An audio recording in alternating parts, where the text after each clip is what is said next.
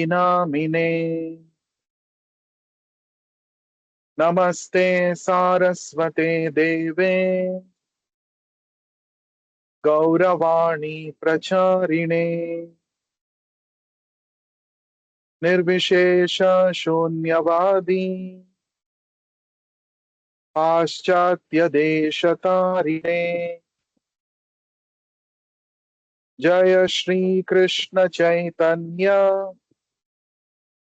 Prabhu Nityananda Shri Advaita Gadadhara Srivasadi Gaura Bhakta Vrinda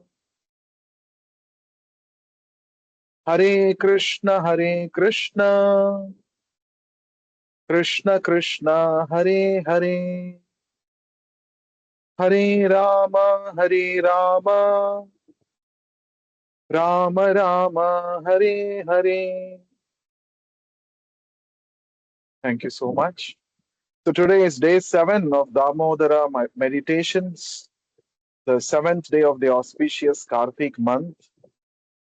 And I'm sure all of you are receiving the blessings of Damodara by every day chanting the Hare Krishna Maha Mantra and also offering a lamp of devotion and love to Lord Krishna.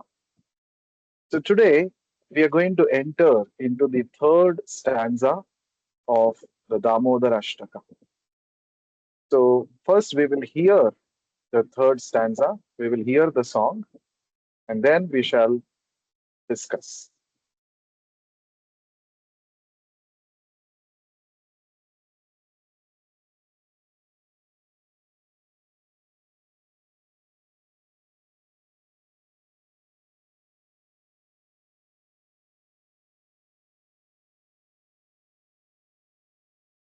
Nikhil, there's no audio for this.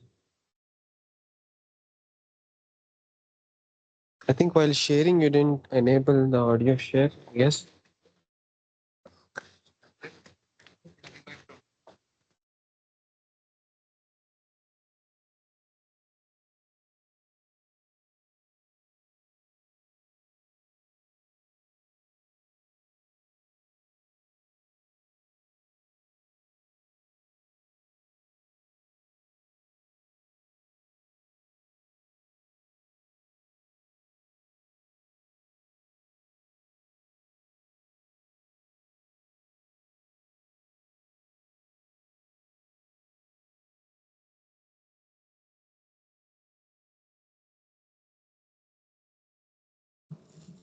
No problem, Nikhil. Go to the next slide.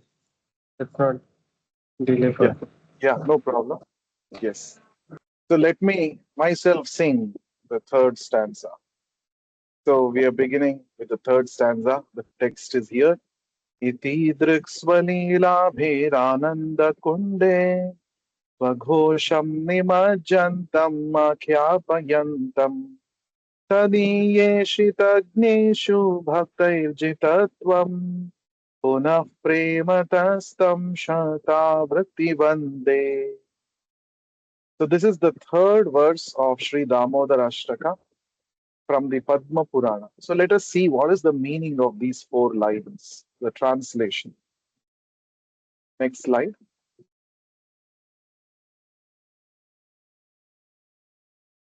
By such childhood pastimes as this, he, Lord Krishna, is drowning the inhabitants of Gokula in the pools of ecstasy and is revealing to those devotees who are absorbed in knowledge of his supreme majesty and opulence that he is only conquered by devotees whose pure love is imbued with intimacy and is free from all conceptions of awe and reverence.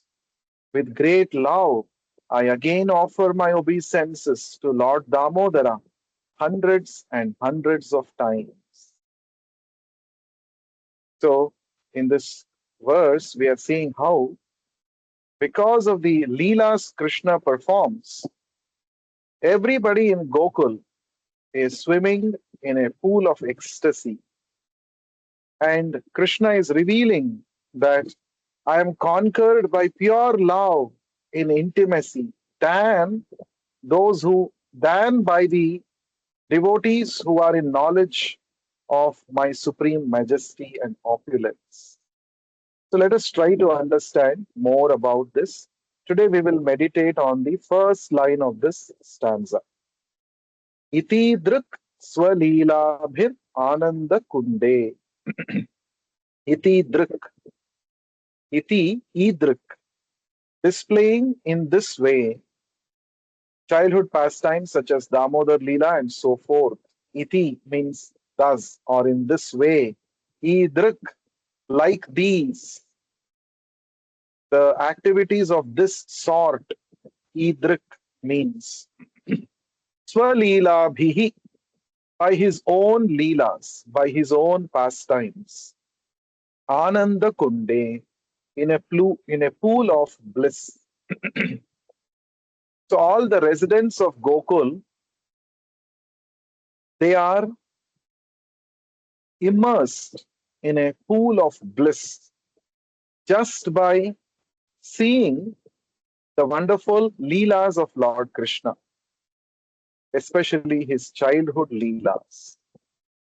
So today let us try to understand two important words in this line, Leela and Ananda. Now, Leela in Sanskrit, in English, it is translated as pastimes or something which is done effortlessly. That is called Leela. Something which is done for increasing the pleasure of the people involved. Such an activity is called Leela. Now, Lord Ramachandra is called Maryada Purushottama, whereas Krishna is called Leela Purushottama. Lord Ramachandra came to this world to establish the ideals for human society, the Maryada, the rules and regulations, whereas Lord Krishna came not for establishing ideals for human society, but he came here to perform certain activities by which everybody will be drawn towards the supreme divine personality. The purpose of Krishna's advent was to attract everybody towards him, to show that real happiness exists only in the association of God. Now, all of us in this world, we are trying to become happy, isn't it? Everything that we do in our life, the purpose is to become happy. Is there any activity we do in our life for becoming sad? I am doing this activity so that I can be filled with sorrow. Is there anybody who tells like that or who thinks like that? No, right?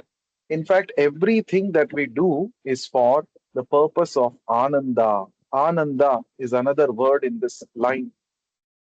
Bliss, to become happy, joyful. In fact, the Vedanta Sutras are the ultimate. Vedanta means the ultimate conclusion of all the Vedas, Vedic knowledge. In the Vedanta Sutras, it is said, Anandamayo Bhyasat. The nature of every entity is Anandamaya, to be happy, to seek happiness. We are all pleasure seekers. That is our very nature. Every soul is a pleasure seeker. We want happiness.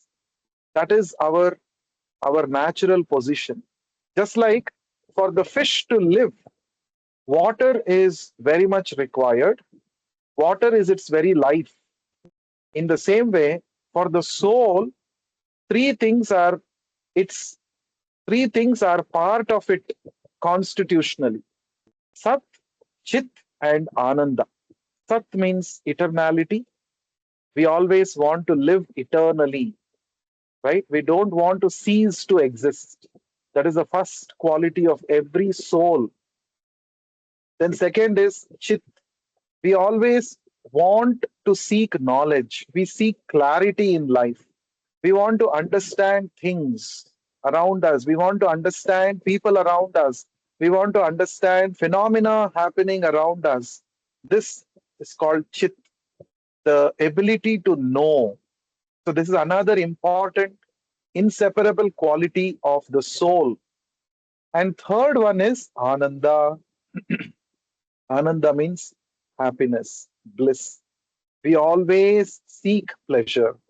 We shun away from people or circumstances which can bring us pain.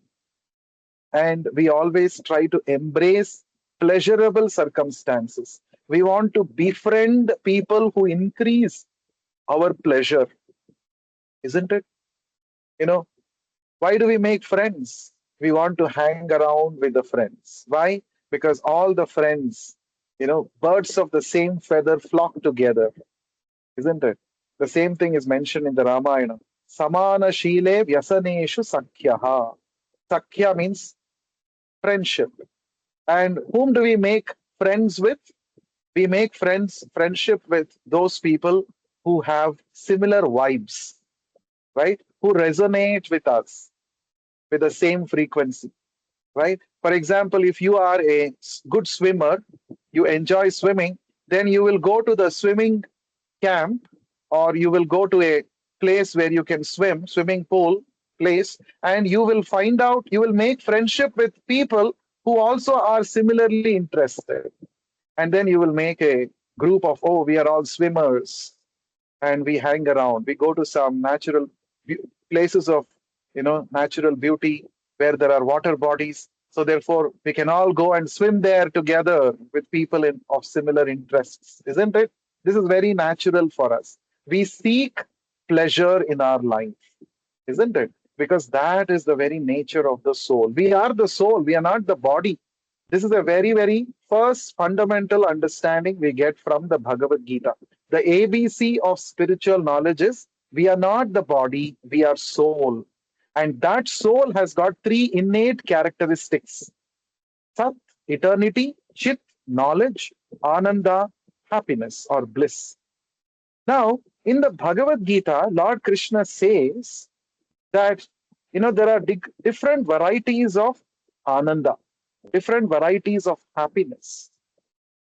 There are people who are, if you draw a, just like you, if you have studied about Maslow's hierarchy of needs in economics, in management, we come across this Maslow's pyramid, Maslow's hierarchy of needs. In fact, this is already told in the scriptures. So, if you take the pyramid, the base of the pyramid is bigger, is broader, isn't it? So most of the people fall onto the base category of pleasure, and that pleasure is called uh, bodily pleasure or sensual pleasure. 99% of the people in this world, they seek pleasure through their senses, through their body. In fact, this is a common feature between animals and humans. Animals also seek pleasure that way, through their body, through their senses, isn't it?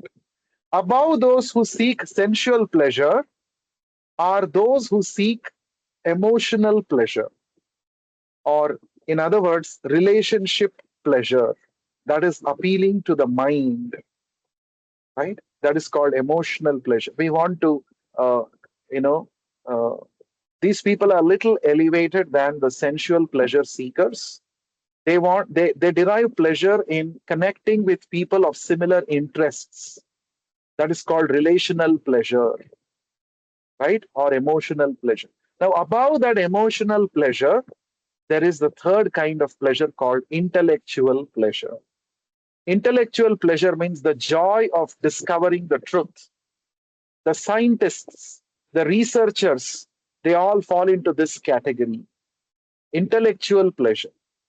That means you might have seen many scientists, they don't bother about how they look, how they dress. Sometimes they even skip their meals because their mind derives pleasure in, in, in calculations, in experimentation, uh, in seeking explanations for natural phenomena. So this is called intellectual pleasure. Above the intellectual pleasure is the identity pleasure or the ego level pleasure. What is that ego level pleasure? Oh, I belong to such and such a community. I am a supporter of RCB. I'm an RCB fan. This is an identity pleasure. Oh, I belong to this group called RCB supporters. That gives a higher level of pleasure. I belong to such a big group, such a dynamic group. This is called identity pleasure. So, above the identity pleasure is something which many people do not even have an idea about in this world, and that's called the spiritual pleasure, the real pleasure, the spiritual pleasure, the pleasure of the soul. So, in the lower categories of pleasure, what happens is, for example, there is sensual pleasure, which most of the people are seeking in this world. So, what happens in this sensual pleasure? Krishna explains in the Bhagavad Gita. He says, in the fifth chapter of the Bhagavad Gita, shloka number 22, he says, Yehi samsparshaja bhoga dukkha yonaya evate adyantavanta kaunteya nateshu ramate buddha. Krishna uses the word buddha. Buddha means intelligent people. Krishna is saying, those who are intelligent people, they don't seek sensual pleasure. That means those who are not intelligent, they get carried away by this sensual pleasure. This is a statement Krishna is making. Why does he say that? He justifies it. Krishna justifies. Krishna doesn't say anything just like that. He says, Adyantavanta kaunteya. This kind of sensual pleasure, it has a beginning and it has an end. As long as your body, the senses are in a position to enjoy the sense objects, your body is young, youthful, strong, then you can actually enjoy the sensual pleasure. But once the old age sets in, the ability of the body, the ability.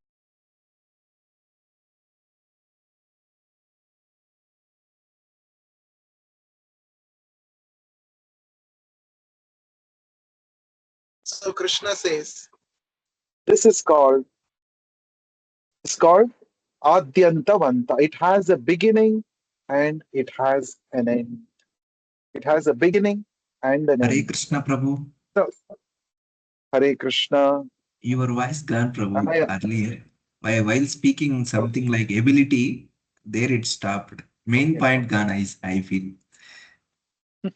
Okay, I will repeat once again. So I was telling, when our body is young, youthful, strong, our senses are all, you know, in a good position to enjoy the sense objects. So sensual pleasure we will enjoy during our youthful times, isn't it? But as old age sets in, the ability of the body to enjoy sensual pleasure comes down. And the same things which we were giving pleasure at some point of time earlier, now the same thing will create dukkha, it will create miseries. An example for this is, suppose in our childhood, we eat a lot of chocolates. And because of this, what happens? Our teeth becomes, there are cavities in the teeth. You have gum problems, you have teeth problem. So then if you continue to eat chocolates, even after you have teeth problem, then the situation worsens and you will get pain in your teeth, toothache. Another example is, you're able to eat sweets, but once you cross 40, 50, then suppose you develop diabetes complaint. What happens?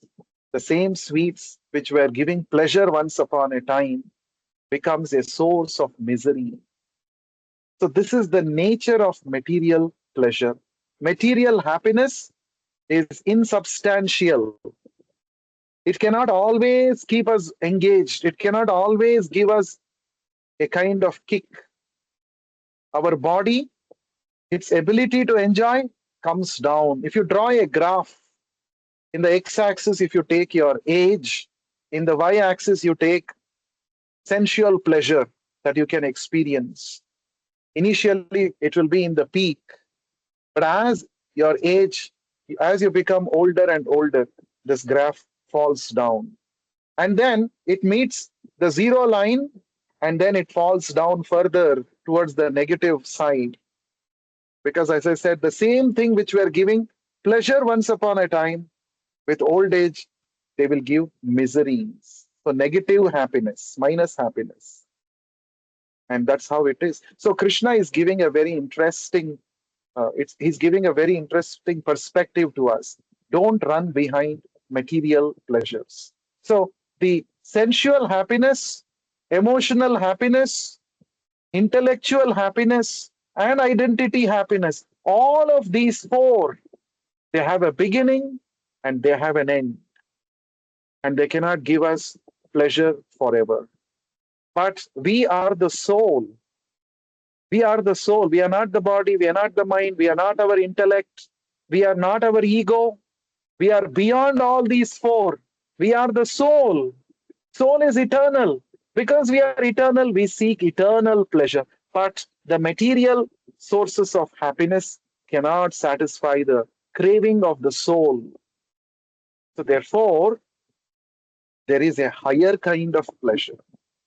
And Krishna is offering that to us in the Bhagavad Gita. He says, you become intelligent, derive this spiritual pleasure. You can experience spiritual pleasure, which does not depend on the conditions of your body, mind, intellect, any of these things.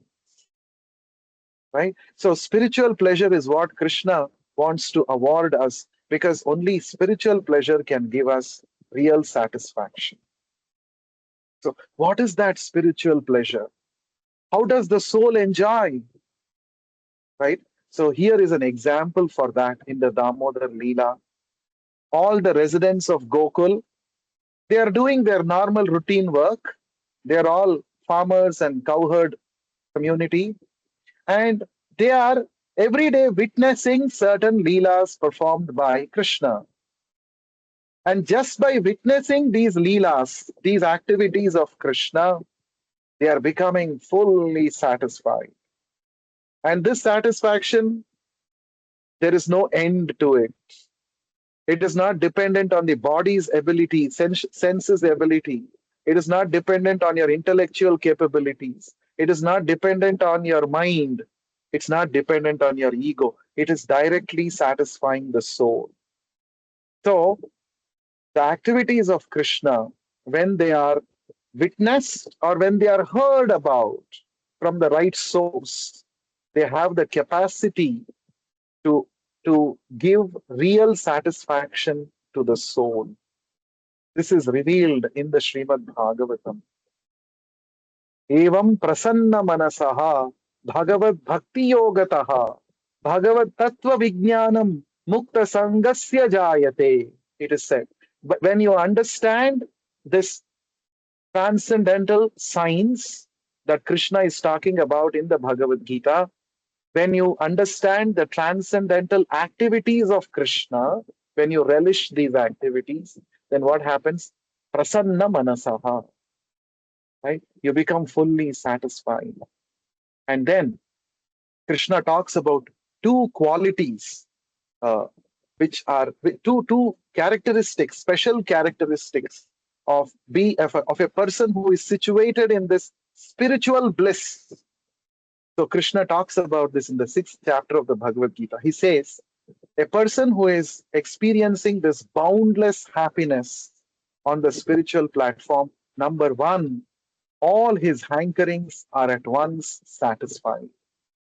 See, the material happiness, if you achieve a material goal thinking that it will make me happy, after you achieve that, after some time you become bored about it. You know more, that kick is no more there. Then the mind will say, let us seek something higher.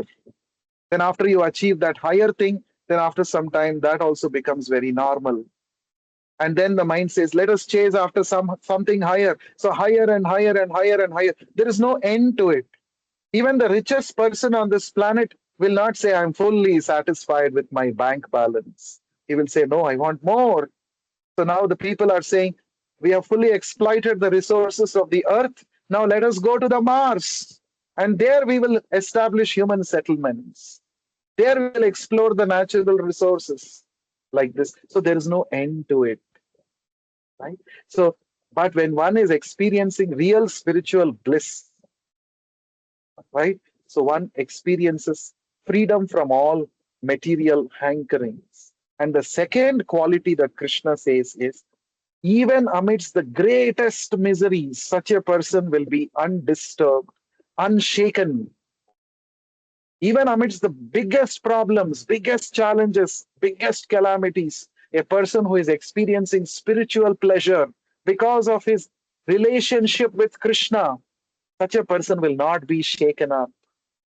The greatest example for this is Bhakta Prahalada. If you have watched this Mahavatar Narsimha movie, you will see how Prahalad, small 5-year-old boy, he was subjected to so many miseries. But he was not at all shaken. He was not at all disturbed because he was deriving a greater ananda because of his constant relationship, constant touch with Krishna.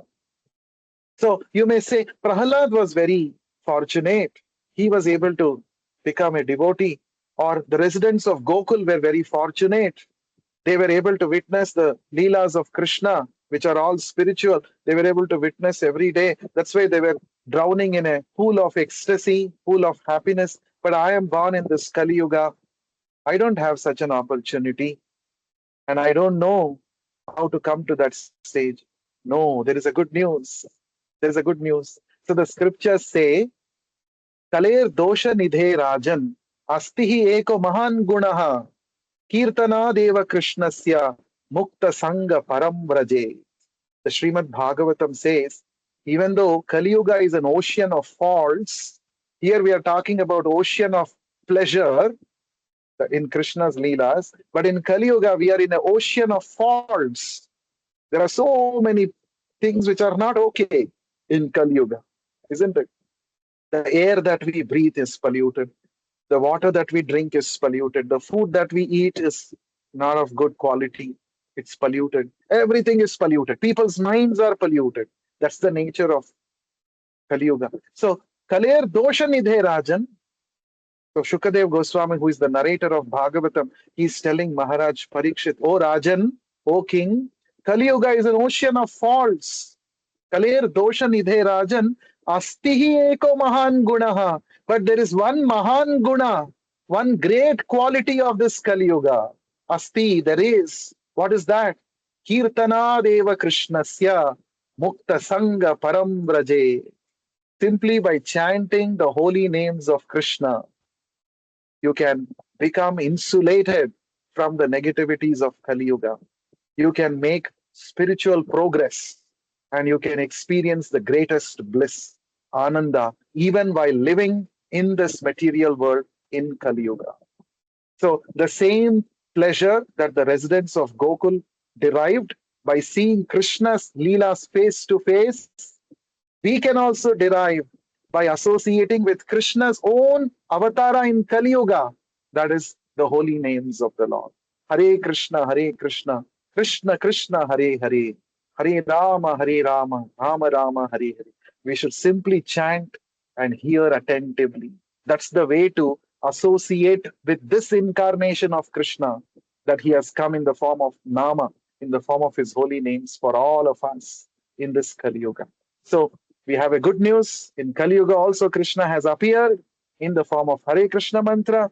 Anybody who chants this holy names of Krishna and hears attentively, they can also transcend all material miseries and experience greatest pleasure.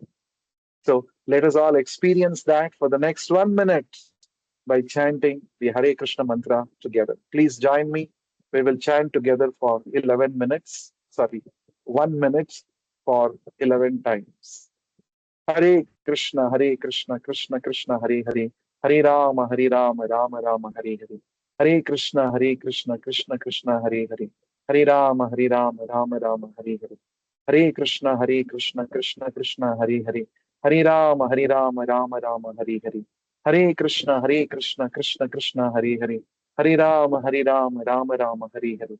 Hare Krishna, Hare Krishna, Krishna Krishna, Hare Hare. Hare Rama, Rama Rama, Hare Hare. Hare Krishna, Krishna Krishna, Hare Hare. Hare Rama, Rama Rama, Hare Hare.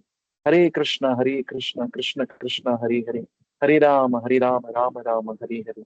Hare Krishna, Krishna Krishna, Hare Hare.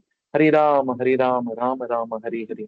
Hare Krishna, Krishna Krishna, Hare Hare. Hare Rama, Rama Rama, Hare Hare. Hare Krishna, Krishna Krishna, Hare Hare. Hare Rama, Rama Rama, Hare Hare. Hare Krishna, Krishna Krishna, Hare Hare.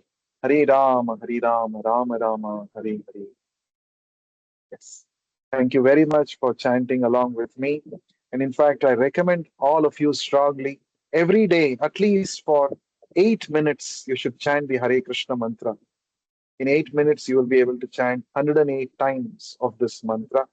And that's the way to connect with Lord Krishna's avatara in Kali Yuga.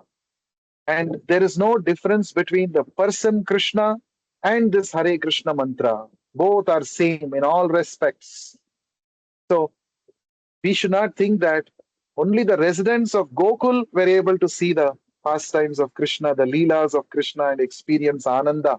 No, we can also, we are not deprived of it. So Krishna also has appeared.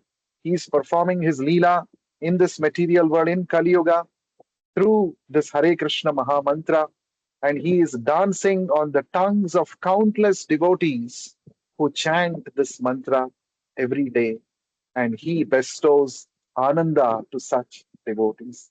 That is why it is said, those who are intelligent in Kali Yuga, they will take up this process of chanting Hare Krishna mantra. This is the statement of Srimad Bhagavatam. Yajnaihi Sankirtana Prayaihi Yajantihi Sumedhasaha. Sumedhasaha means those who are very intelligent in Kali Yuga. They will take up this process of chanting the Hare Krishna Maha Mantra. So let us all become truly intelligent. Let us all become recipients of Krishna's mercy in this Kali Yuga by taking shelter of this Hare Krishna Maha Mantra. So now we are open for questions. Anyone has any queries, anything to ask, or any comments? Please feel free to speak.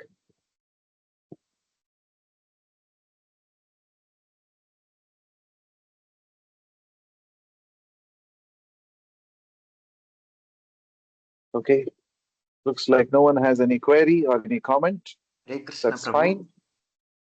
Hare Krishna, Rajshekhar. Yes. Prabhu, it's a general doubt. How Yeah. is Sanskrit is different from other languages? Because I have a doubt that suppose if I take some words, I know the understanding of it, and I will frame my own language statements, sentences, and if I recite them, will there be any effect on my devotional service? The overall doubt is that how is the local language different from Sanskrit, which we usually recite? Very nice question. So in other words, his question, if it is paraphrased, can I offer prayers in any language? Will Krishna understand my prayers, reciprocate? Or should I learn Sanskrit verses only? And only if I offer prayers in Sanskrit, Krishna will understand. Or will I get some spiritual advancement, spiritual progress? That is his question. Am I right, Rajshekhar? Yes, Prabhu. Yeah, absolutely. That is my doubt. Thank you. So I can do mind reading to see. I understood what exactly is in your mind.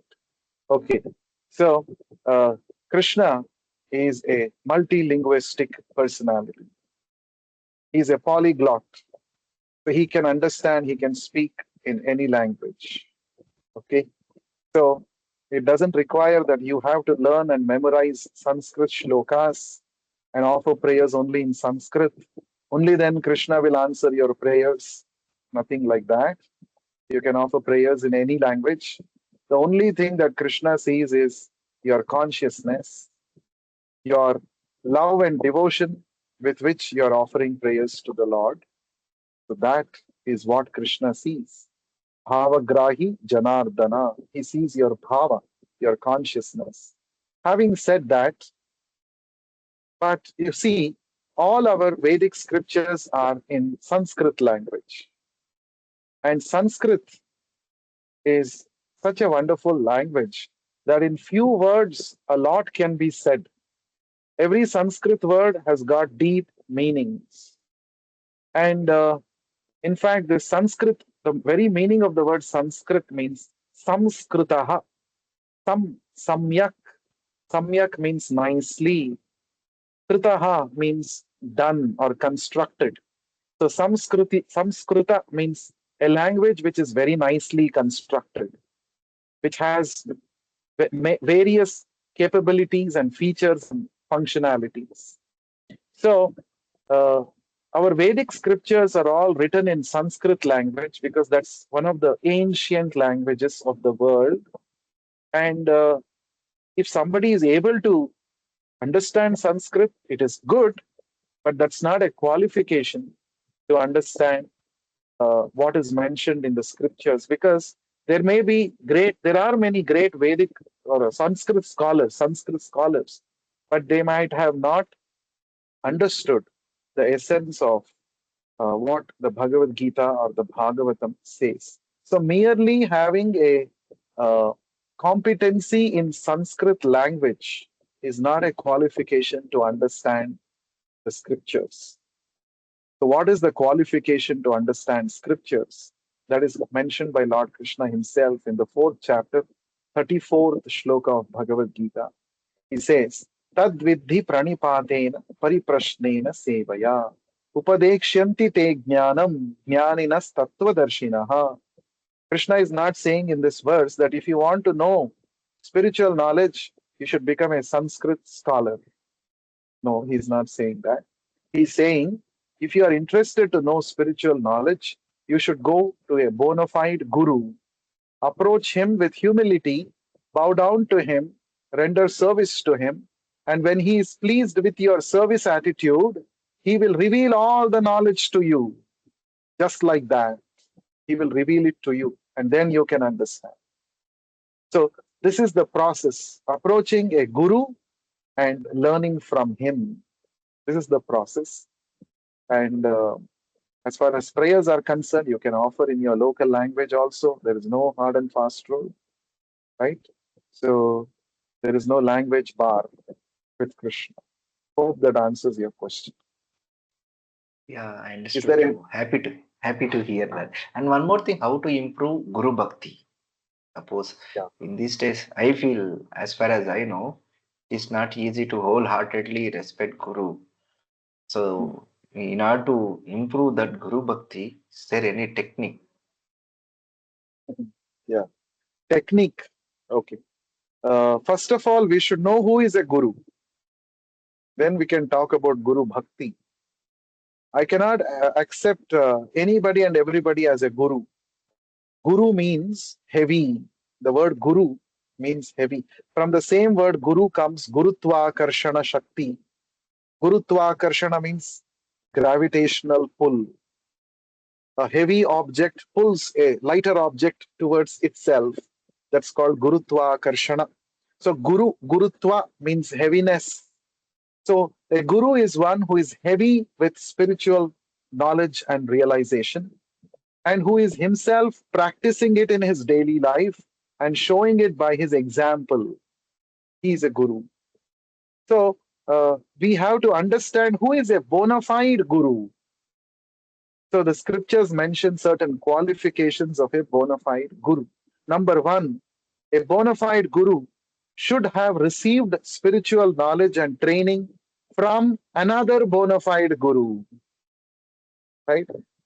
Second, a person who claims himself to be a guru, self-proclaimed, cannot be called as a guru, right? He has to be authorized by his guru, and his guru.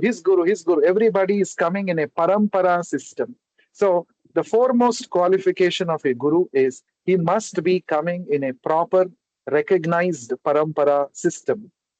Secondly, he must have realized this by hearing from his guru. Thirdly, he must be fixed up in Krishna Bhakti by his actions, words. He should be fixed up. He should be fully engaged in the service of the Lord. If a person says, I am God, then he is a bogus guru. A real guru will never say that I am God, right? So these are some of the qualifications of a bona fide guru. He is a pure devotee and he is himself engaged in the service of the Lord. He trains others by his personal example how to become a devotee of the Lord. And he gains spiritual knowledge and realization by serving his guru who is coming in a parampara system. Now, such a guru is very rare, is very rare. And we are very fortunate that we have come in touch with such a guru. All of us, all of you who are attending this class, you all have come in touch with such a guru, and that is Srila Prabhupada. Srila Prabhupada is a bona fide guru. All the qualifications and many more qualifications of a bona fide guru can be seen in the personality of Srila Prabhupada. We should not think that Srila Prabhupada is not physically present now. Huh? Therefore, how can I accept him as a guru? That's not the way. There are no material considerations or material obstacles for spiritual development. Srila Prabhupada is a pure devotee of the Lord who took this message all over the world and made devotees in so many countries, people who had never even heard about Krishna, by his association, by hearing about Krishna from him, they all got convinced and they took up this process of Krishna consciousness. So by his activities, we understand that he is an empowered representative of the Lord. And Srila Prabhupada said, I am present in my books. Anybody who reads my books, they are my disciples. So through the Vani, through the instructions of Srila Prabhupada, Prabhupada is present even today. And he is present in the form of his worldwide organization, the Hare Krishna movement, which is functioning on his behalf, on his orders, and spreading the Krishna consciousness message all over the world. In fact, whatever we are discussing in our sessions, whatever I am speaking, it is all based on the instructions, the knowledge that Srila Prabhupada has given in his books, in his lectures, in his conversations. So, therefore, Srila Prabhupada is one such bona fide spiritual master. And if we agree to follow his instructions, we are accepting him as our guru. So, how to develop this guru bhakti? First of all, by knowing that a guru is very rare, a bona fide guru is very rare. He is a pure representative of Krishna. The scriptures say a guru must be respected as good as Krishna. If Krishna comes in front of you, what kind of a respect you will give, what kind of a worship you will offer to him, that same kind, without reservation, should be offered to Srila Prabhupada, because he is a bona fide representative of Krishna. So, first of all, we should understand who is a bona fide guru. And when we see all the qualities in Srila Prabhupada, and also by interacting with senior devotees who are also practicing Krishna consciousness on the order of Srila Prabhupada as per his instructions, we can learn how to respect Srila Prabhupada and accept him as our guru. So more we can discuss probably in some other occasion. Hope this answers your question. Yes, Prabhu. Thank you. Hare Krishna. Thank you, Hare Krishna. So we'll close the session. Very nice. There are 14 participants Sir, even now till the end of. Yes, somebody wanted to say something. yes, yes. Uh, Hare Krishna, sir. I'm Hare Digvijay. Krishna. I wanted to ask you that, see, there Yeah, is a chaupai by Goswami Tulsidas ji, Kalyug Keval Naam yeah, Adhara Sumar Sumar Inar Uttara Hi Para. Same thing. correct. See, I can't go to temple every day. This is, I'm trying, but I can't. I'm not able to go to temple every day. But Prabhu Yeah. Naam I take. Jai Sri Ram or Ladli Ju name I take every day. Mhm. Similarly, I wanted to ask which Bhagavad Katha Vachak or any saint would you recommend me to listen while working in my lab or somewhere? Who I can listen? Yeah, yeah, very good. So whatever Goswami Tulsidas has said is 100% true. In Kali Yuga, the only dharma is Harinam, Harinam Japa, Harinam Sankirtan. So even if you're not able to come to temple every day, that's fine. You can be in your own place and chant the Hare Krishna Maha Mantra. So this Hare Krishna Maha Mantra is the recommended mantra for the Kali Yuga as per the scriptures, as per the Upanishads. So if you're already chanting some name of God, along with that, please do chant Hare Krishna mantra every day. This is my request to you. And secondly, you should also come once in a while to the temple, because when you come to the temple, especially the temples established by Srila Prabhupada, you will get spiritual knowledge, enlightenment. You will also get opportunity to associate with devotees of the Lord and render seva to the Lord. So I understand every day you cannot come. At least once in 15 days you can come. There are so many students from IISc who are part of the Transdimensions Club. They visit our temple at ISKCON Bangalore regularly, and they also get to participate in the aratis of the Lord, in the sevas in the temple, and that's a spiritually fulfilling experience. So I invite you to explore that. And you're asking whom to hear to. I will strongly recommend you to hear lectures by Srila Prabhupada. So Srila Prabhupada, as I mentioned, he's a pure devotee, and he has spoken thousands of lectures. He has spoken, so thousands of audio clips are available, and there are innumerable conversations that he has had with his disciples, public gatherings he has addressed. And so I would recommend you. There are some Hindi lectures also that Srila Prabhupada has given. So I would recommend you to hear to them at least one lecture, or maybe at least 15 minutes a day, because hearing from a pure devotee has a very deep impact on our consciousness. So, so that is what I would recommend. Read Srila Prabhupada's books and hear his lectures. When you come to, if you come this Friday, I'll be coming to IISc campus, 6:30 p.m. at TMC. Digvijay, if you can come, I will meet you there, and I'll tell you more details about this. Prabhuji, I'm going home for Diwali. Oh, okay. So when are you coming Yeah, back? after on 21st, I'll be here, and then I'll visit ISKCON temple for sure. Sure. So you can visit ISKCON temple. You can meet me there, or Fridays I come to your campus. You can meet me there also. I'll be very happy. Sure. I understand that you are a very sincere devotee. So I would really be very happy to meet you. Sure, sir. Thank you. So thank you very much, all of you, for staying this long. It's already about 10:10. So let us close the session. Kartik दीपोत्सव महामहोत्सव की जय, श्री श्री राधा दामोदर की जय, विश्व गुरु श्रील प्रभुपाद की जय. हरे Krishna. Hare Krishna. Hare Krishna. Thank you, Prabhu. Hare Krishna. Hare Krishna, Prabhu.